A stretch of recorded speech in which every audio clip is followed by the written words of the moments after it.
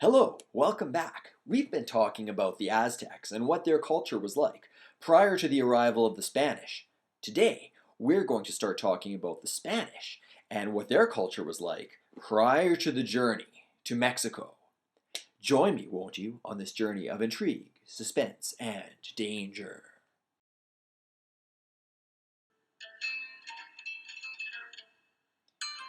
So this is authentic Andalusian guitar music. Al-Andalus was the name for Muslim Spain. And just check out that architecture. Okay. So, Spain was a Christian country, being part of the Roman Empire. It helped Christianity to spread, but it would be taken over by the Muslims. Where did they come from? In the year 711, a Moorish force came from Africa, so the northern part of Africa. The Moors lived there, and they conquered almost the entire Iberian Peninsula, which comprises Spain and Portugal. So Spain was now part of a caliphate, and indeed just one piece of a Muslim empire that went all the way to India, as we'll see in the next slide. So you don't need to memorize dates, but the year 711, for some reason, is quite easy for most people to remember.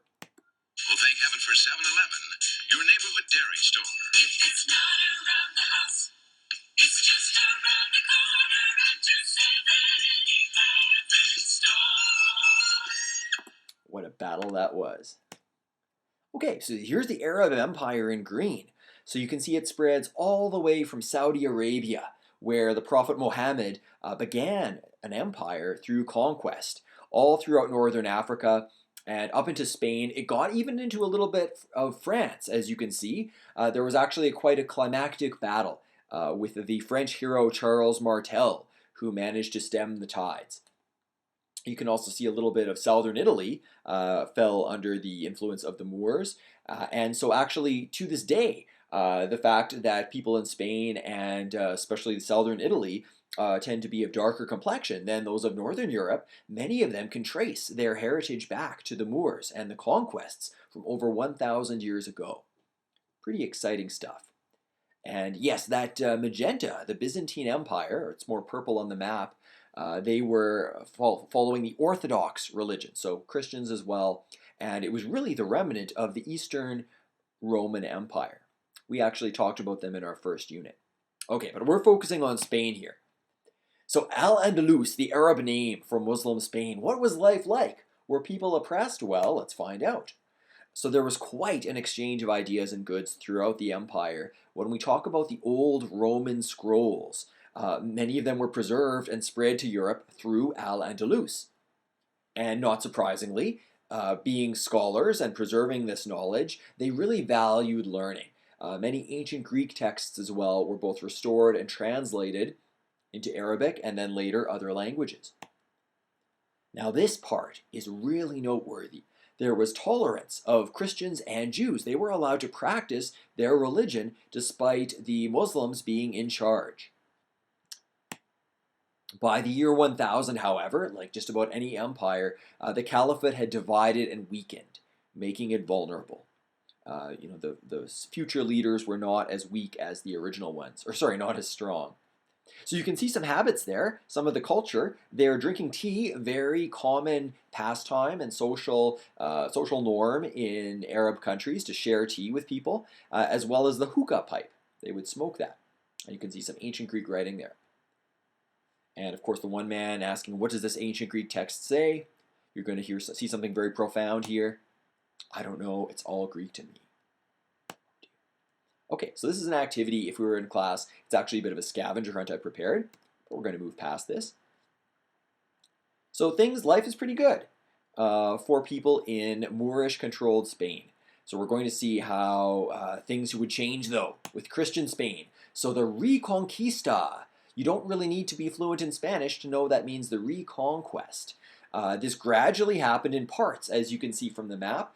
By 1300, in just 300 years, only Granada, which you see in the very south-central part of Spain, was still in Muslim hands, and they held out for a long time. It was almost another 200 years from where everywhere else fell, that after a 10-year siege, Granada finally fell, and all of Spain was under Christian influence. But they wanted to keep it that way. So we've talked a little bit about the Inquisition, where the Catholic Church all throughout Europe was looking to weed out heretics, people who had what were deemed false beliefs. In Spain, however, it reached its crescendo, it reached its extreme peak. They wanted to spread Christianity, and we're seeing now that Christian Spain was nowhere near as tolerant as Muslim Spain. If you were a non-Christian, you had a choice. You could either convert to Christianity, leave the country, or die. And as a result, 250,000 Jews left Spain, and being many of them successful merchants, they took a lot of their money. So certainly the country did not benefit from having them leave. The policy was effective in Christianizing the country. In fact, to this day, 94% of Spain is Roman Catholic. And we're going to be watching Monty Python's interpretation of the Spanish Inquisition in our next class. So, by 1492, Spain was united, at least religiously, but they were bankrupt, not only from fighting the war, but from having so much wealth leave the country with the religious persecution. And as mentioned, now the church, they were not the ones officially who burned people at the stake for being heretics, but they told the Spanish government. They said, here are the people you burn, it's off our hands. Our hands are clean. Okie dokie. So we see here a claymation version of what the Inquisition would have looked like. Very brutal. Just imagine if they were real people. I couldn't get enough volunteers to pose for this. Perhaps, fortunately. Okay, so looking at the Spanish worldview, we're going to look at it block by block, just as we did with the Aztecs. Our first piece is the idea of spreading the faith. This is not just happening in Spain. We're going to see this take place in Mexico as well. So the picture to represent this, you can tell it's the faith because of that sword, because of the cross, and that is actually the seal of the Inquisition Tribunal. And the sword suggests that they're going to do anything they can to spread that faith.